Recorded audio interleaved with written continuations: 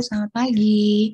Video ini adalah video nomor 2 atau lanjutan tentang tutorial statistik pengolahan data menggunakan Smart PLS. Nah, pada video sebelumnya saya sudah menjelaskan tentang pengertian dasar PLS, perbedaan PLS versus SEM, serta tahapan-tahapan analisis dalam PLS. Nah, pada video yang ini saya akan memberikan tutorial tentang cara melakukan import data supaya bisa diolah dalam Smart PLS, serta bagaimana cara menggambar path model. Langsung aja ya, kita bahas tentang cara import data. Yuk, cus!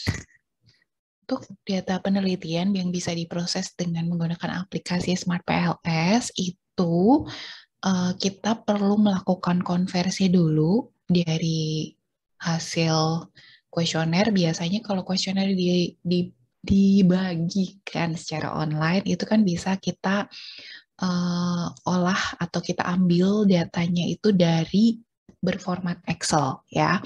Nah, dari format Excel ini kita perlu konversi dulu ke format CSV supaya bisa diproses dengan menggunakan Smart PLS. Jadi, setelah ini saya akan coba memperlihatkan kepada saudara gimana caranya mengkonversi data penelitian yang semula di Excel, terus kita ubah ke CSV ya.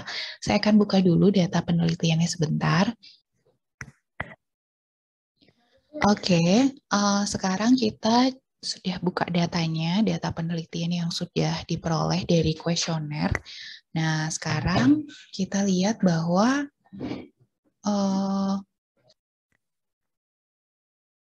data ini berisi respon dari kuesioner yang sudah kita kumpulkan. Nah, di sini ada respondennya ya, dari nomor 1 sampai nomor 49. Nanggung banget nggak sih? Ya, ini ada 49 responden dan ini adalah jawaban dari masing-masing responden ya. Kalau saudara perhatikan di sini variabelnya ada 1, 2, 3, 4 ya. Tapi yang akan kita gunakan pada pengujian yang pertama adalah 3 variabel saja, yaitu variabel pertama, kedua, dan keempat. Nggak apa-apa, kita akan masukkan datanya secara full, nanti kita bisa pilah-pilah lagi ketika kita membuka aplikasi Smart PLS. Nah, ketika kita membuka data ini, kita save dulu, karena kita mau konversi ke data berupa atau bertipe CSV ya. Kita pilih file, kemudian save as.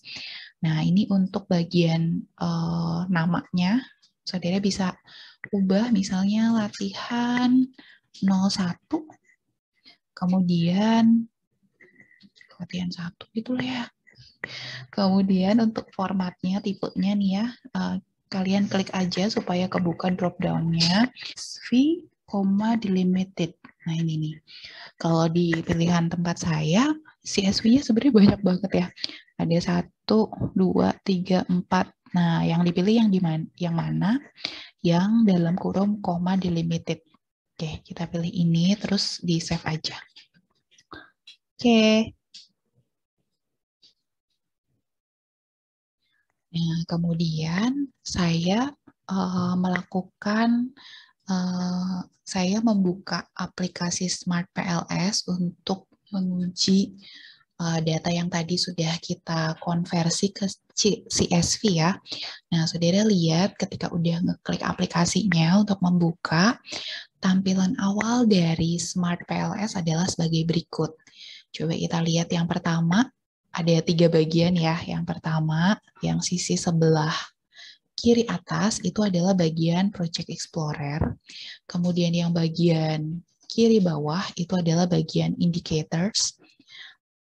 Nah, di bagian yang lebar ini nantinya kita akan menggambarkan path model atau analisa jalur seperti yang kita lakukan pada AMOS di pertemuan minggu yang lalu ya.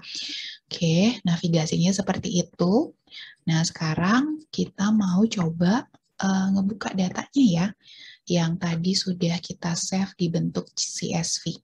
Nah, caranya gimana? Yang pertama adalah kita klik bagian New Project. Kan ada tab 3 nih di bagian atas ya, ada Save, New Project, dan New Path Model. Nah, kita klik yang bagian New Project. Nah, nanti kita diminta buat memberi nama, proyeknya mau dikasih nama apa. Saya akan membuat nama proyeknya adalah latihan 1 ya.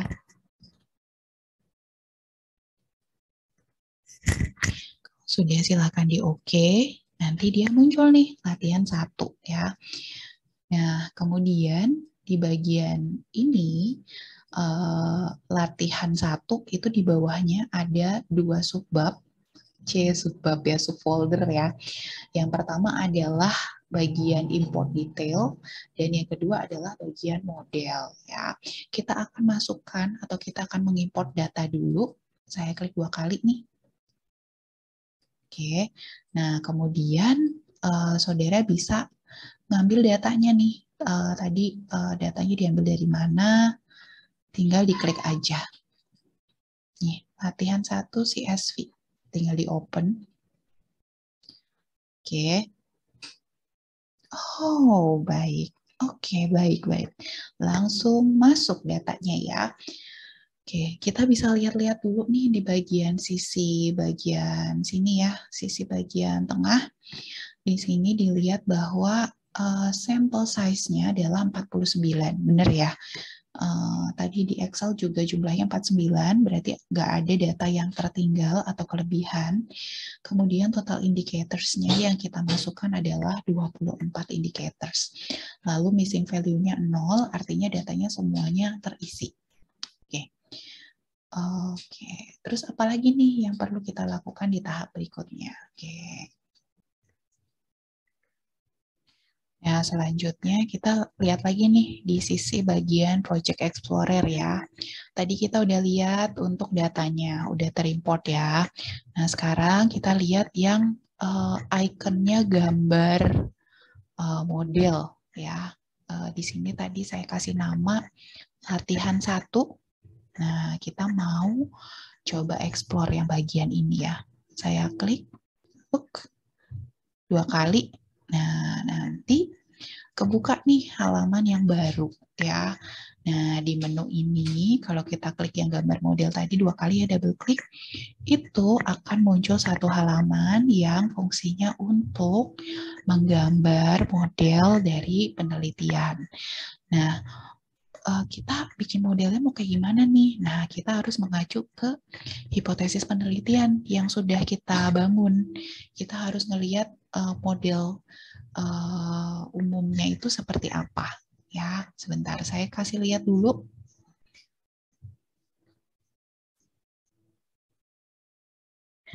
Model yang akan kita gunakan adalah model yang ini ya, model strukturalnya.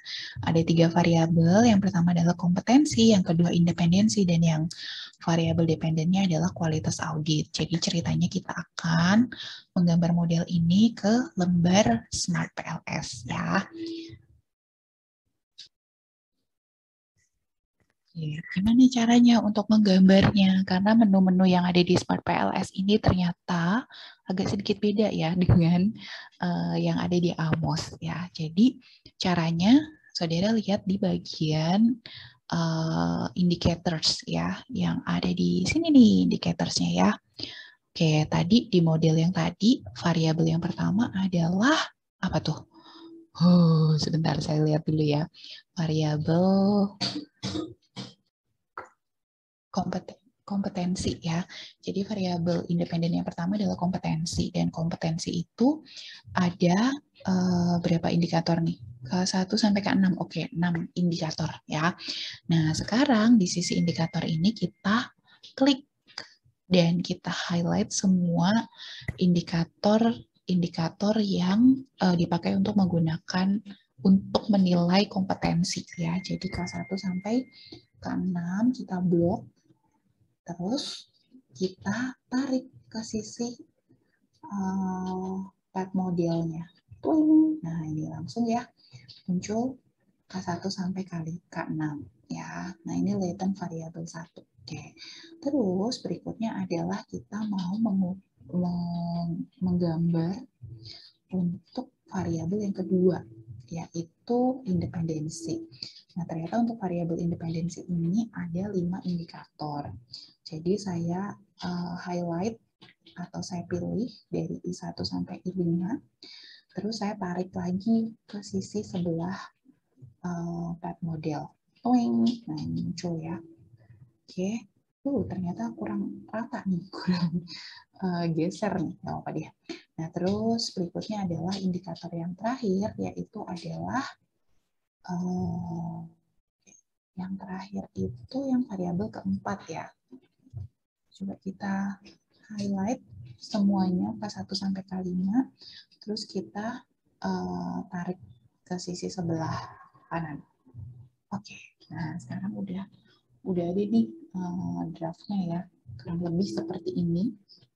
Untuk Klaten variabel 1, 2, dan 3 sudah kita taruh di bagian pad model. Oke. Nah sekarang kalau misalnya kita mau ngerapiin ini modelnya nih biar rata gitu ya, simetris antara atas dan bawah, kita klik aja yang bulatan warna merah ini. Terus kita tarik deh, kira-kira yang sama lurus dengan atasnya gitu. Ini juga nih bisa kita tengahin nih, mundurin, turunin dikit deh. Nah gini ya. Jadi diklik bulatan merahnya, terus kita tarik aja gitu. Oke, sekarang kita mau kasih nama nih untuk Klaten variabelnya. Caranya adalah diklik yang di bulatan merah ini, klik kanan, terus kita pilih rename. Ya. Nah, yang pertama itu adalah kompetensi. Kompetensi, ya. Oke. Terus variabel nih kan langsung berubah ya. Kemudian variabel kedua kita rename juga, ke kanan rename. Terus kita pilih independensi, kita tulis namanya independensi ya betul kan. Terus terus sisi yang variabel laten ketiga kita rename juga menjadi kualitas audit. Bisa nggak ya pakai spasi? Coba kita lihat ya. Oh dia mau ya. Oke sekarang nah ini ini yang KA1 sampai KA5 ya, kalau misalnya kita mau gambar tanda panah nih, nanti bakalan nabrak-nabrak ya ke indikatornya ya kan. Jadi kita akan ubah si indikator warna kuning ini KA1 sampai KA5 supaya berada di sisi sebelah kanan. Ya, gimana caranya? Oke. Wait.